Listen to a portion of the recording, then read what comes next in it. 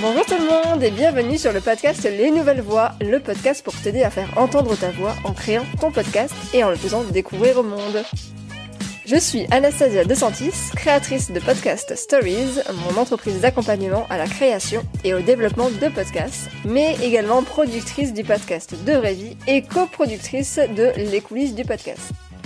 Les Nouvelles Voix a pour but de te donner des clés, des conseils et de l'inspiration pour utiliser le podcast comme un outil pour partager ton expertise ou ta passion, prendre la parole sur un sujet qui te tient à cœur, ou encore pour développer ta marque, ton business en créant une relation privilégiée avec tes auditeurs et auditrices.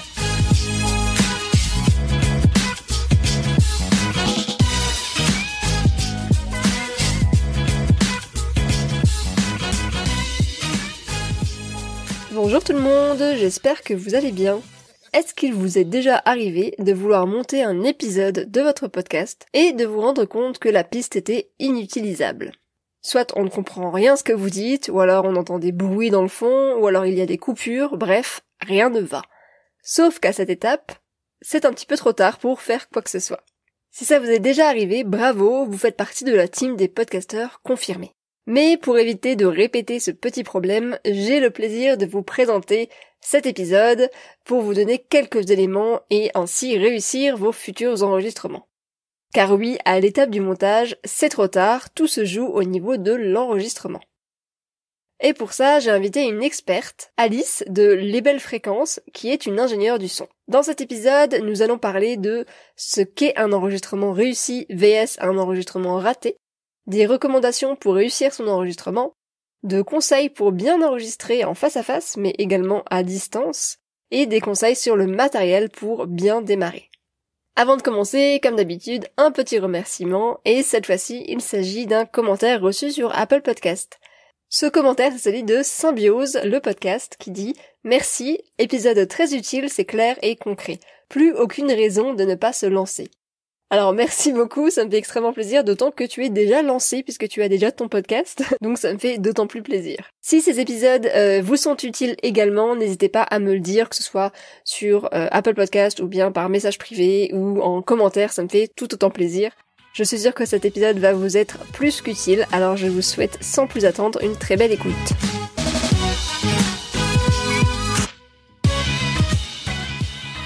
Bonjour Alice. Bonjour.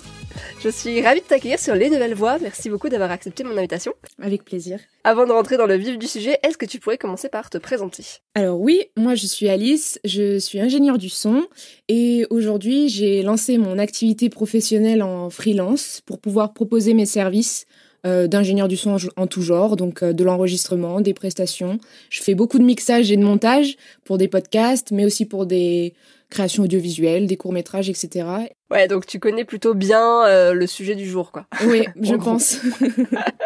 Et tu fais d'ailleurs les enregistrements, enfin les montages, pardon, pour De Vraie Vie. Oui. Et je crois que tu en as fait quelques-uns pour Les Nouvelles Voix. Oui, ou deux, une ou deux interviews, je crois. Ouais, c'est ça. Ouais. Qui est vraiment bien quand on peut déléguer. Si vous avez le budget, n'hésitez pas, parce que ça enlève un poids. Quand on crée un podcast, c'est vrai qu'on a en général tendance à se focaliser plutôt sur quel type de matériel, ou alors sur le montage, mais l'enregistrement, on n'y pense pas vraiment. Voilà, en général, on essaie de se lancer un petit peu comme ça, on regarde un peu, mais voilà, pas dans le détail. Pourtant, bien enregistrer, c'est essentiel pour la qualité du montage, enfin pour la qualité de l'enregistrement final. En fait, c'est très simple, c'est que l'enregistrement, c'est la base de tout, déjà. On va enregistrer et ça va être notre base pour ensuite travailler notre épisode, pouvoir le créer, pouvoir mettre en place la structure. Donc déjà, bien enregistrer, c'est gagner du temps pour le montage, c'est-à-dire qu'on va pouvoir créer énormément de choses avec une matière qui va être de qualité, quoi, en fait. C'est comme, par exemple, tu prends un sculpteur, un artiste, s'il a de la pierre qui est pourrie, il va pas pouvoir faire une sculpture... Tu vois, il va pas pouvoir faire un truc de dingue après. Et c'est pareil pour l'enregistrement, de prendre le temps de faire un bon enregistrement, de prendre le temps de refaire s'il y a des ratés, de prendre le temps de tout ça, même si, des fois, je sais qu'avec des interviews, on peut pas forcément tout le temps refaire, mais prendre le temps de bien le faire, ça permet énormément de choses, en fait. Et surtout, ce qui est important avec un bon enregistrement, c'est que on va vraiment, à la fin de notre projet, mettre l'auditeur sur uniquement le contenu de notre podcast vraiment que ce qui est dit et qu'il puisse se concentrer sur ça plutôt que d'être concentré sur une mauvaise qualité de son et qu'il ne retienne que ça de l'épisode en fait. Donc c'est pour ça que prendre le temps de bien enregistrer, c'est bien. Et c'est ce qu'il faut, c'est important en fait. C'est pas juste bien, c'est ce qu'il faut. Et après, voilà, il y a des petites astuces à mettre en place, il y a des petites choses à mettre en place, on va en parler sûrement. Et comme ça, en fait, de la bonne qualité dès le départ, c'est forcément de la bonne qualité à l'arrivée, quoi. Voilà. Et comme tu dis, effectivement, si t'as un enregistrement, enfin t'as un épisode de podcast qui est absolument génial, le contenu est top, mais que la qualité du son laisse un peu à désirer, qu'il y a des grésillements, ou alors enfin on n'entend pas très bien, effectivement, en général, les gens ils vont pas aller jusqu'au bout de l'épisode, ou ils vont pas se concentrer sur le contenu, et ça c'est vraiment dommage, quoi. Ben c'est ça, en fait, on va se concentrer, parce que si on parle un peu plus scientifique, on va dire, l'oreille, ça reste un organe, je pense. Ouais. J'imagine. Et donc, en fait, il faut lui donner des trucs agréables à écouter. Au-delà du contenu de l'épisode, là, je sors vraiment du contenu même de l'épisode, mais il faut lui donner des trucs agréables. Sinon, on va se fatiguer, et on va pas avoir un bon souvenir, et c'est pas le but, quoi, en fait. Tout à fait. Et surtout qu'il y a des petites choses assez simples à mettre en place, effectivement, on va en reparler, pour avoir un enregistrement qui soit de qualité. Bah, avant de passer là-dessus, pour toi, c'est quoi un enregistrement réussi, déjà? Et on verra aussi, et tu pourras nous dire en même temps ce que c'est un enregistrement raté.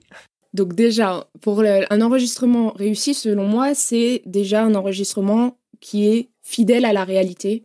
C'est-à-dire, on a des voix claires, on a des belles voix, on a une bonne harmonie dans le son dès la première phase de l'enregistrement. Ce qui est tout à fait possible parce qu'il suffit qu'on ait un petit budget micro, on ait un petit budget enregistreur et on fait quelque chose de qualité très vite sans pour autant avoir du matériel de malade, tu vois.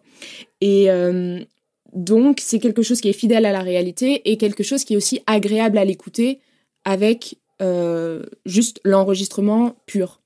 C'est agréable. Après, en termes de qualité, tout ce qui est bruit de fond aussi, c'est important d'en parler. Un bruit de fond absent, c'est toujours mieux, évidemment. Mais il y a aussi, on peut avoir du bruit de fond qui est agréable, qui met dans un contexte. Par exemple, tout ce qui est enregistrement à l'extérieur. Si vous avez des bruits d'oiseaux, des bruits d'enfants qui jouent, des bruits de petites rivières, je sais pas, peu importe, ça peut rendre un enregistrement réussi également parce qu'on aura pris de l'ambiance, on aura mis notre podcast dans un contexte. Oui, c'est du bruit de fond, mais c'est du bruit de fond qui est logique. Ça reste agréable à écouter. L'épisode, ouais. Voilà, exactement. Et aussi, c'est ça aussi, un petit truc à dire peut-être, c'est que bon, souvent on se focalise sur je veux pas de bruit de fond, je ne veux pas de bruit du tout, je ne veux que ma voix. Ouais. Et c'est vrai qu'il faut un petit peu lâcher prise des fois sur ça. Voilà, si je suis à l'extérieur et si on entend un petit peu des oiseaux, ben ça peut être encore plus agréable. On peut être, on comprend où on est et ça peut rendre vraiment quelque chose de sympa, quoi. Ça met dans le contexte effectivement de l'enregistrement, ouais. Ouais, c'est ça. Et ça rend les choses, ça rend les choses hyper agréables à écouter. Et comme je disais tout à l'heure, un enregistrement réussi, c'est un enregistrement qui ne va pas détourner l'attention, en fait. C'est-à-dire qu'on va vraiment, dès la première écoute, rester concentré sur ce qui est dit, peu importe le contenu, hein, mais on va rester concentré sur ce qui est dit et pas forcément sur... sur les petits défauts, sur le bruit de fond qui est trop présent, sur une résonance de cathédrale ou sur des choses comme ça. Tu vois, y a ça aussi. Est-ce que j'arrive à rester concentrée sur mon enregistrement, sur ce que j'écoute, ou est-ce que vraiment je suis fatiguée à la fin de mon écoute, quoi. C'est ça aussi, je pense. Et donc, un enregistrement raté. Du coup, j'imagine, c'est quand il y a du bruit de fond, un bruit de cathédrale. Alors, ouais, mais raté, c'est quand même un mot qui est très, très fort. Mais oui. Pour moi, un enregistrement raté, c'est un enregistrement qui, même après être passé en post-prod, n'est pas du tout utilisable. Ça t'arrive, toi, parfois ? On t'envoie des fichiers, ouais. Ouais. Ça m'arrive énormément parce que... En fait, c'est que des petits réflexes, des petits automatismes à mettre en place, en fait, quand tu enregistres. C'est vraiment quelque chose d'assez mécanique. Tu vas faire tout le temps la même chose, même si les endroits où tu enregistres, ça peut être des endroits différents, tu auras toujours les mêmes réflexes, les mêmes gestes à faire. Et donc, ouais, des fois, ça m'arrive que, bon, je dis, je suis désolée, mais je vais pas te faire une prestation pour rien, parce que franchement, c'est pas possible, quoi. Ça arrive. Mais voilà, raté, pour moi, c'est vraiment après avoir essayé en post-prod, y a rien qui c'est pas utilisable. Et ça donne aussi une mauvaise image du podcast, il faut le dire, tu vois. Le podcast, c'est uniquement sonore. Tu peux pas t'appuyer sur de l'image, par exemple, comme une vidéo. Donc, il faut un minimum assurer la qualité. Bon, bien sûr, on demande pas des enregistrements de studio radio, pas du tout, parce que ça reste quelque chose d'indépendant et de libre, mais on demande quand même à ce qu'on puisse comprendre ce qu'il dit. Et c'est important aussi, voilà, un enregistrement raté aussi, c'est je ne comprends pas ce qui est dit, je n'entends pas ce qui est dit, des mots sont coupés dans les phrases, même le contenu est coupé, quoi, en fait. Ça arrive souvent avec les interviews à distance. Enfin, moi, ça m'est déjà arrivé quand il y a des problèmes de connexion Internet, où parfois t'as des mots qui sautent comme ça. Et ça, c'est vrai que tu peux rien y faire, quoi, quand il n'y a pas Internet. C'est ça. Bon, ouais. Des fois, ça se passe aussi quand, par exemple, 2 personnes parlent en même temps à distance. Et du coup, c'est un peu trop lourd pour le logiciel. Et ce qu'il fait, c'est qu'il en choisit qu'un, quoi. Il choisit qu'une voix. Mais après, tout ce qui est... Pour revenir sur le bruit de fond, ça, encore une fois, ce n'est pas forcément quelque chose de négatif, mais tout ce qui est bruit de parasites qui vont couvrir la voix, c'est-à-dire que si j'ai envie de les enlever, je vais pas pouvoir parce que justement, je vais atteindre la voix, ça va être un problème aussi, tu vois. Je sais pas, des petits... quelqu'un qui n'a pas pris le temps de refaire sa phrase quand il y a ce qu'on disait tout à l'heure, qu'il y a une voiture qui passe, je ne prends pas le temps de refaire ma phrase, j'entends un klaxon tout le long de ma phrase, je n'entends que ça. C'est raté. Enfin, je veux dire, il faut refaire, quoi. Voilà. Et ça, c'est le travail de podcasteur aussi, de dire à son invité, donc de le briefer en amont et de le dire, écoute, s'il y a un bruit comme ça, je te demanderai de refaire ta phrase, comme ça la personne est prévenue en amont, et de lui faire signe aussi. Et je sais que c'est pas toujours évident quand t'as quelqu'un en face qui est lancé dans sa phrase ou dans son histoire, de lui dire, attends, là, pause parce que il y a un camion poubelle qui est en train de passer à côté, et du coup, on entend moins bien. Parce que les personnes, elles ont l'habitude, quoi. Enfin, elles se disent pas que ça va changer quelque chose sur l'enregistrement. Elles se rendent pas compte. Exactement. Surtout que c'est un vrai exercice, hein, en fait. Tu dois te concentrer sur ce que tu dis et en même temps, tu dois écouter un petit peu ce qui se passe autour de toi. C'est un entraînement, quoi, à faire. Et du coup, quelles sont tes recommandations pour réussir un enregistrement, on va dire là de manière générale? Ouais. Tu me parlais de gestes à mettre en place, notamment, d'automatisme. Ouais. Déjà, pour moi, ce qui est le plus important, peu importe le matériel qu'on a, peu importe où on est, peu importe les situations, les conditions, il faut accorder une grande importance aux tests avant enregistrement. Ça, c'est vraiment le plus important et c'est quelque chose, même si ça fait des années que vous faites des enregistrements, que vous êtes un ingénieur du son qui a 50 ans de carrière derrière lui, vous verrez qu'il fera toujours ces tests de pré-enregistrement. C'est quoi les tests de pré-enregistrement ? Je vais parler déjà en tant que hôte, en tant que réalisateur du podcast, il faut un petit peu analyser ce qu'il y a autour de nous. C'est-à-dire, où est-ce que je vais me placer ? Peu importe l'endroit où ça va se passer, mais où est-ce que je suis ? Qu'est-ce qui m'entoure ? Quelle est la meilleure place pour moi ? Je vais analyser un petit peu ce qu'il y a autour de moi et je vais me dire, cet endroit-là, ce n'est pas possible parce que je suis à côté d'une route, parce que je suis à côté d'une cafétéria, je ne sais pas, peu importe. Cet endroit-là, par contre, c'est mieux, je suis plus au calme. Ça fait partie des tests, en fait. Ça fait partie je donne toutes les conditions favorables à mon enregistrement. J'ai choisi un endroit, je vais me placer. Bon, évidemment, je vais pas parler du fait qu'il ne faut pas oublier de prendre des piles, prendre la carte SD, prendre les câbles et les batteries. Bon, ça... Tout à fait. Si, il faut le dire, parce que oui, c'est déjà arrivé maintes fois. Non, c'est sûr, oui. C'est sûr. Mais c'est pour ça que moi, je conseille toujours en plus d'avoir son conducteur d'interview en tant que, on va dire, journaliste, entre grands guillemets, avoir une petite fiche et noter les différentes étapes. Donc, pour moi, les étapes, c'est, en tant que réalisateur, avoir un bon son de micro. Régler son micro. Quand le micro est réglé une seule fois, n'hésitez pas à noter les réglages que vous avez pris. Ce qui est important aussi avec un bon son de micro, c'est un bon volume casque. C'est-à-dire que si votre casque est trop fort, ça peut entraîner un mauvais enregistrement, un mauvais niveau d'enregistrement parce que vous allez être influencé par le volume trop fort du casque ou un volume trop faible. Donc ça, prendre le temps de le faire. Quel est mon confort d'écoute ? Comment je souhaite écouter mon interview pendant son enregistrement ? Et faire en sorte de garder toujours le même volume à chaque fois. Bon, c'est pas évident, ça c'est sûr, parce qu'on a des boutons qui bougent énormément, c'est pas évident, ça je le sais. Mais... ça dépend du matériel que t'as. Exactement. Tu vois, tu peux pas forcément noter un curseur à chaque fois. Des fois, c'est sur les enregistreurs, il y a des petits boutons qui sont gradués. On peut noter des fois le chiffre sur lequel on est quand on règle son volume, mais pas toujours. Donc c'est vrai que c'est pas quelque chose d'évident, mais c'est encore une fois, c'est de l'expérience, c'est un travail d'oreille en fait. Tu vois, c'est ça. C'est comment je vais être, comment je vais être confortable dans mon écoute, et donc ça va me permettre de mettre en place mon volume micro et de faire en sorte d'avoir un bon volume dès l'enregistrement. Et ça, c'est très important aussi. Quand on fait un enregistrement, sur le Zoom notamment, mais même sur Audacity quand on enregistre, ou enfin peu importe, il faut toujours que ce soit entre -6 et -12, ou alors, où j'ai lu -12 et -18, ça a changé apparemment. Je crois que c'est des décibels. Oui, c'est ça. Alors ça, c'est plus pour le mixage final.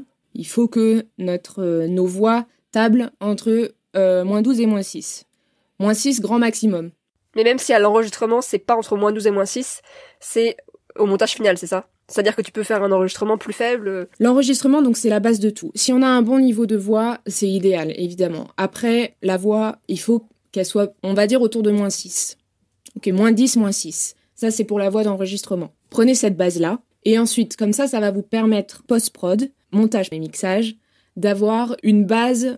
C'est-à-dire, je peux aller en dessous, je peux aller au-dessus, en fonction des besoins du podcast et de l'épisode. Donc, enregistrer, on va dire, se tabler entre -10 et -6 pour des voix. Là, je parle vraiment des voix. Par exemple, si y a besoin de bruitage pour un épisode fiction sonore, peu importe, documentaire, là, on va plutôt tabler sur un peu plus fort. Mais on va rester sur la voix, c'est plus simple. Donc, la voix, -10 et -6. Ce qui est compliqué avec la voix, et ça fait partie aussi de la préparation de son enregistrement, c'est que toutes les voix sont différentes.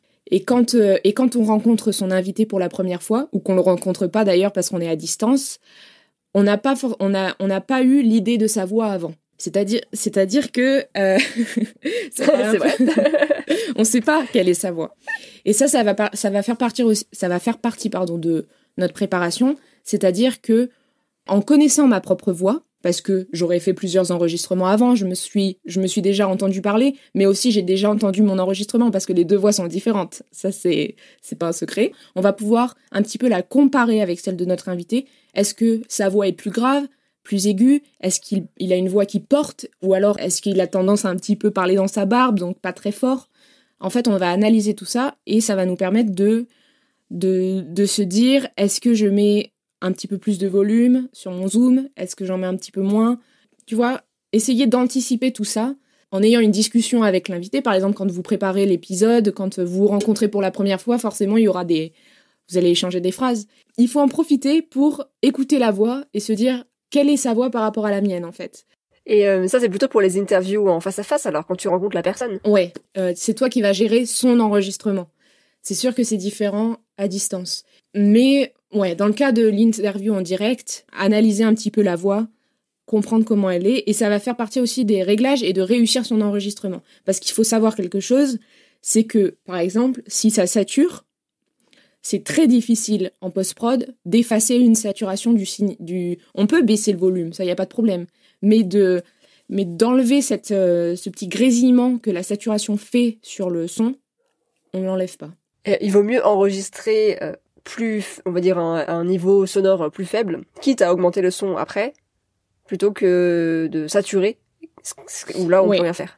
Ouais, c'est ça. Alors, bon, faut pas trop faible non plus, parce qu'il y a quand même des limites, évidemment, mais c'est sûr que c'est mieux de faire un petit peu trop faible plutôt que trop fort, ça c'est sûr. Après, le problème du trop faible, c'est que quand on va vouloir augmenter, ça va mettre en avant du bruit de fond, en fait, du souffle, qu'on appelle du souffle. Donc, ça peut être embêtant pour l'interview finale. Ça s'enlève, évidemment, il y a des traitements sonores qui existent pour l'enlever. Mais voilà, ça faut être en fait dans le juste milieu. Et ça, ce n'est que de l'entraînement, en fait. Et tu vois, il y a un exemple que moi j'aime bien donner pour l'importance des tests avant l'enregistrement. C'est que déjà, appuyer sur le bouton REC, c'est vraiment la dernière étape de ces tests. Et si tu prends l'exemple, par exemple, d'un concert, grand concert dans un stade, plein de musiciens sur scène, les ingénieurs du son, les équipes techniques, etc. L'ingénieur du son, il va davantage travailler pendant ce qu'on appelle des balances. Donc les balances, c'est des réglages, des tests entre les musiciens, avec les micros, essayer les micros, essayer faire les retours d'enceinte, les consoles. Mais pendant le concert même, il va pratiquement rien toucher. Ça va être que je modifie un petit peu, j'ajuste, de l'ajustement. Ici, pour le podcast, c'est exactement pareil. On prend du temps pour les tests avant, et pendant l'enregistrement, on touche plus, voilà, déjà, on touche pas le matériel, parce que tout peut créer du bruit. Et voilà, on vérifie de temps en temps que notre enregistrement fonctionne, qu'il n'y a pas eu de coupure. On essaye de se détacher un petit peu de notre casque aussi. On n'est pas obligé de le porter pendant tout le long de l'enregistrement. Faire des pauses, boire. Alors pourquoi boire ? C'est pas pour reprendre son souffle déjà, parce que on a tendance à un petit peu s'essouffler quand on parle beaucoup. Et en termes de son, parce que ça a aussi une importance en termes de son, quand la voix s'assèche, ça va créer des postillons. Et des postillons sur un micro, ça fait du bruit. Voilà. Et, Yes. Et même le fait que la voix s'assèche un petit peu, on va sentir une différence, en fait, du début à la fin de l'épisode. On va sentir qu'il y a eu quelque chose. C'est léger, hein, on n'est pas sur une grande différence, mais il peut y avoir quelques petits trucs, quelques petits problèmes comme ça. Donc c'est important de faire des pauses et de boire un coup. Voilà. Et je rebondis là-dessus parce que j'ai eu une question justement sur Instagram de quelqu'un qui me disait comment est-ce qu'on fait pour éviter les bruits de bouche, parce que c'est vrai que moi aussi quand j'enregistre parfois il y a des bruits, quand tu te réécoutes tu te dis mais c'est quoi ça, et je sais pas comment faire pour ne pas avoir ces petits bruits de bouche très désagréables. Ouais, alors bon, ça c'est un truc, on pourra pas tous les éviter malheureusement, parce que même quand on parle en live, enfin sans parler d'enregistrement, on fait des bruits de bouche et on postillonne. C'est comme ça. C'est la nature humaine. Voilà, c'est exactement. Bon. Comment l'éviter ? En buvant, déjà, en prenant son temps. Et après, tout ce qui est en termes d'accessoires, il y a des accessoires qui peuvent éviter un petit peu tout ça. Déjà, mettre des bonnettes sur les micros. Savoir tenir un micro aussi, le tenir à une bonne distance. Ne pas coller la bouche sur le micro, évidemment. Tout ce qui est filtre anti-pop. Donc, ces filtres anti-pop, c'est pour éviter tous les consonnes qui font du bruit, les P, les B. Donc ça, c'est pour éviter ça. Mais donc, du coup, un petit peu les bruits de bouche aussi. Mais voilà, il faut pas... Ça va être du montage après. Il faut pas trop se concentrer là-dessus, quoi, en fait. Parce que on va penser à trop de choses en même temps. Et on va, du coup, avoir du mal à parler, du mal à formuler les phrases. On va vouloir recommencer à chaque fois. C'est comme, par exemple, tout ce qui est hésitation. Et les les répétitions de mots, etc. N'y pensez pas pendant l'enregistrement, ça viendra avec la pratique, mais il faut pas se concentrer trop sur ça parce que c'est des choses qui s'enlèvent au montage. Alors, voilà. J'avais vu une petite astuce qui est pas mal pour ça. Si on trouve qu'on répète trop un mot, moi je sais que je dis beaucoup donc ou du coup, ce genre de choses. Et quand je me réécoute, ça m'énerve. Et j'avais lu une petite technique qui était de se le noter sur un post-it et de l'avoir en face de soi. Et comme ça, même si on n'y pense pas, en fait, de le voir, on se dit ah oui, faut que je fasse gaffe à ça. Je sais pas si vraiment ça marche, mais à tester en tout cas. Oui, je pense que ça peut marcher, honnêtement. Après, le fait de s'écouter le dire 40 fois en 1 minute, quand on réécoute l'enregistrement, je pense que ça nous fait une petite piqûre, on nous dit bon, ça fait un peu beaucoup en 1 minute. C'est ça. Et du coup, on a pas mal parlé de comment enregistrer une interview. C'était plutôt en face à face, là. Est-ce que tu aurais des conseils pour réussir ces interviews quand on est à distance ? Parce qu'en ce moment, c'est plutôt ça. Ouais. Pour réussir son audio, son enregistrement. Là, le fait est tu contrôles pas la piste de ton invité. Donc, comment est-ce qu'on fait ? Eh bien, en fait, il n'y a pas beaucoup de choses qui sont différentes, en fait. Déjà, pour moi, quand on est à distance, c'est important que le réalisateur, l'hôte du podcast, assure la qualité sonore de son côté. Parce que comme tu disais, et ça on peut rien y faire, à part acheter un micro à chacun de tes invités, mais bon ça je pense pas que ce soit possible. Ouais, c'est compliqué. C'est compliqué. Ça revient vite cher, quoi. Il faut que de ton côté tu assures la qualité sonore en prenant vraiment le temps de t'installer une petite configuration comme si tu étais en enregistrement direct en fait. Peut-être t'enregistrer à côté si c'est possible, brancher un bon micro à ton ordinateur, prendre le temps d'assurer une qualité de son côté. Pour un petit peu contrebalancer le fait que de l'autre côté de l'enregistrement, ton invité ne va pas forcément avoir une bonne qualité. Le plus souvent, c'est quoi ? C'est un micro qui est sur les écouteurs. Ça, on peut pas faire grand-chose. Mais il y a quand même des petites choses à dire à son invité et à nous-mêmes mettre en place pour essayer un petit peu d'arranger les choses et de donner le plus de conditions positives et idéales possibles à notre enregistrement, même s'il est à distance. Déjà, les tests. Bon, je vais pas y revenir dessus, mais les tests sont aussi nécessaires quand on est à distance pour s'assurer que tout marche, que les connexions Internet marchent des deux côtés, qu'on a un bon son, que ça soit le plus agréable possible à écouter au final. Après, comme conseil, il faut bien sûr briefer son invité. Parce que là, c'est lui qui va gérer son propre enregistrement. Et ce n'est pas forcément son métier, ce n'est pas forcément ce qu'il fait tous les jours, donc il faut le briefer. Quand il porte les écouteurs, il ne touche pas à son micro.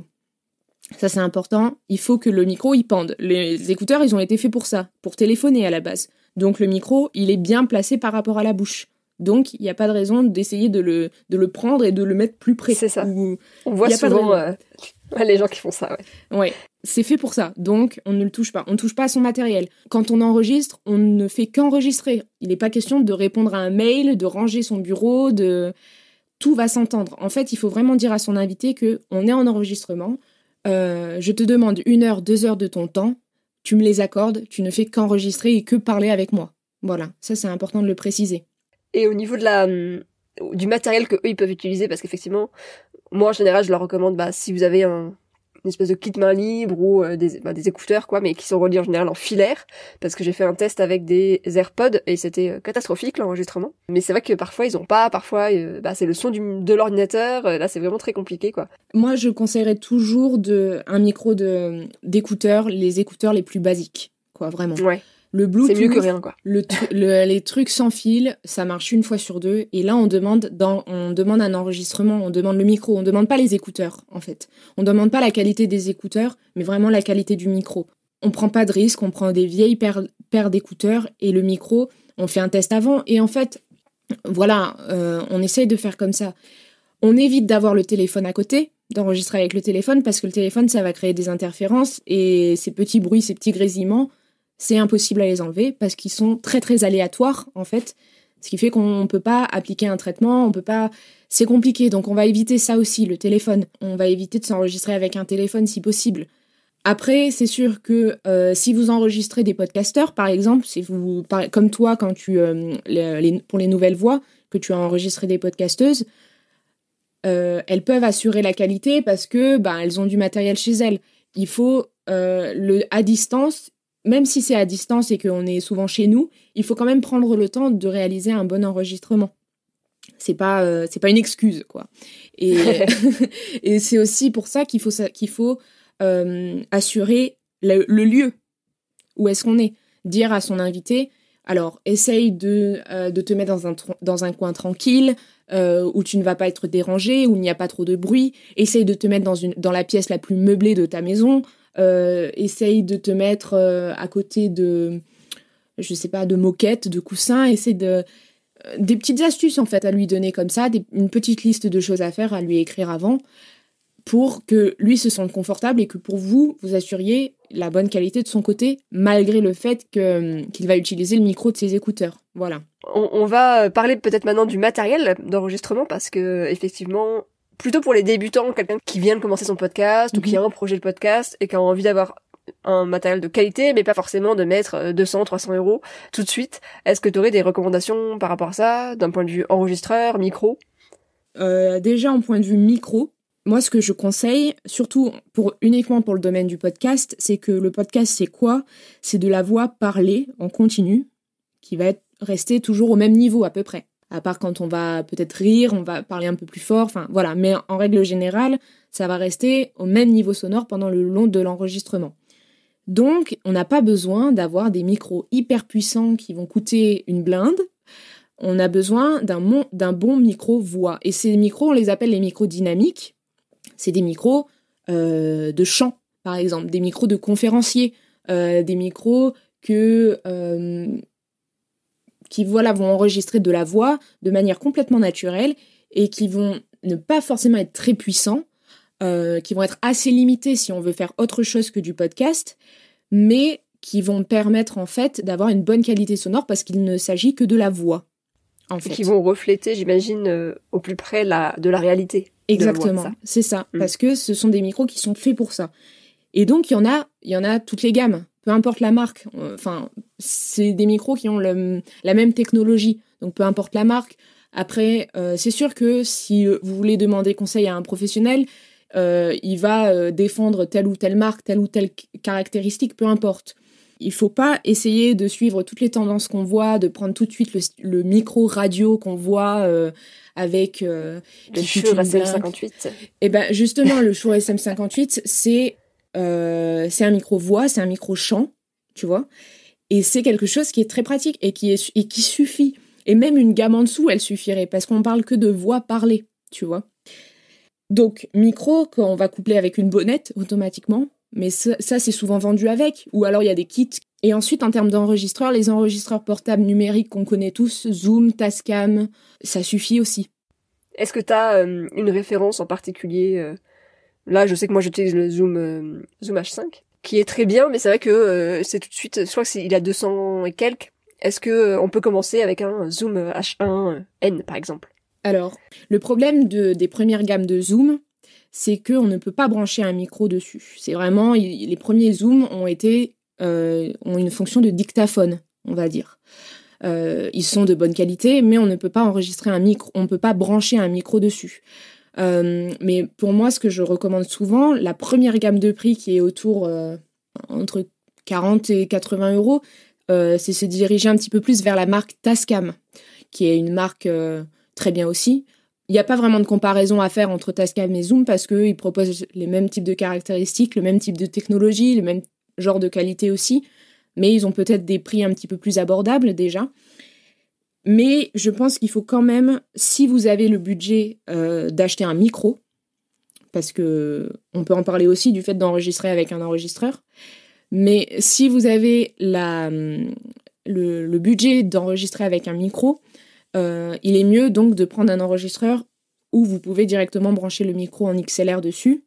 Et donc pour ça, à partir du moment où vous voyez sur les fiches produits des enregistreurs les entrées pour micro, ça suffit. Ça ne sert à rien d'essayer de mettre trop cher.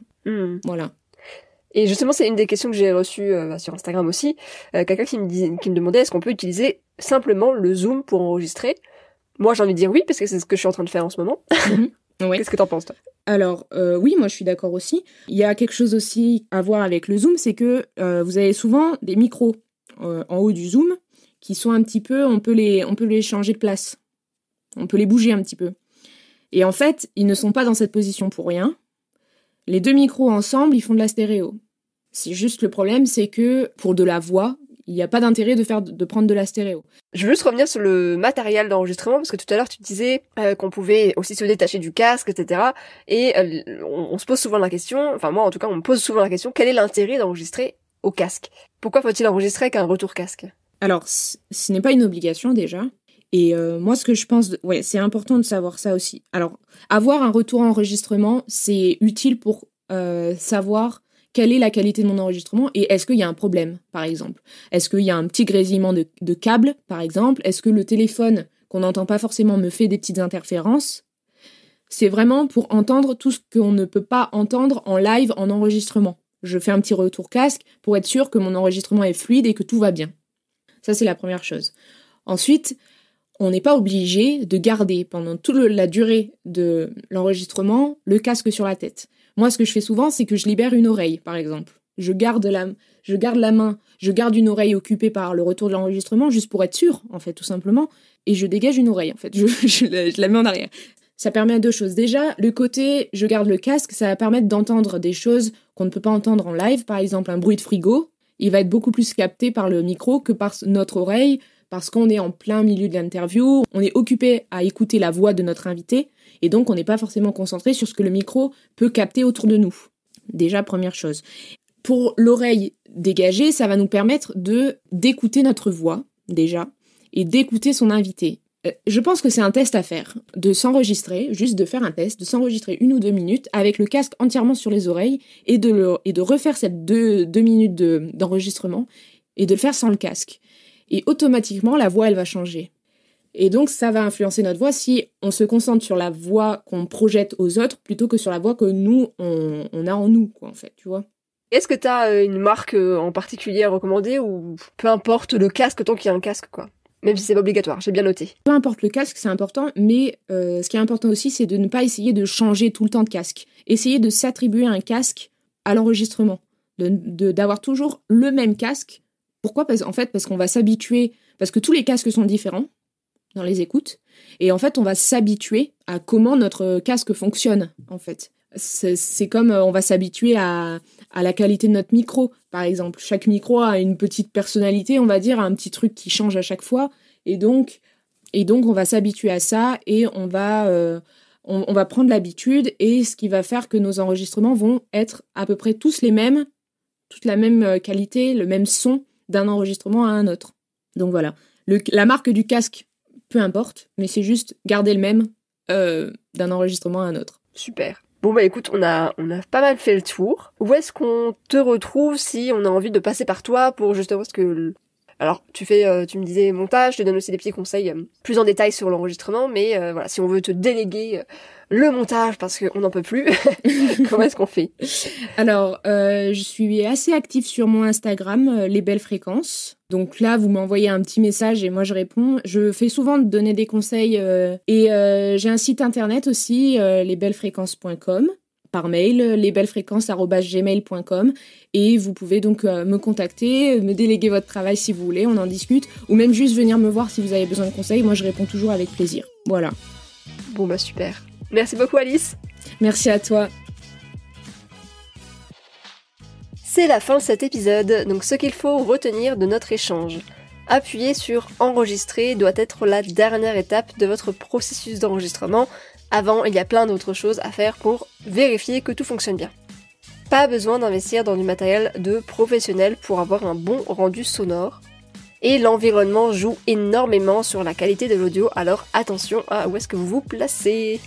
J'espère que cet épisode vous a plu. Si c'est le cas, n'hésitez pas à me laisser 5 étoiles sur Apple Podcast et à me le dire, ça fait toujours plaisir. Je vous souhaite une très belle soirée ou une très belle journée et je vous dis à très bientôt.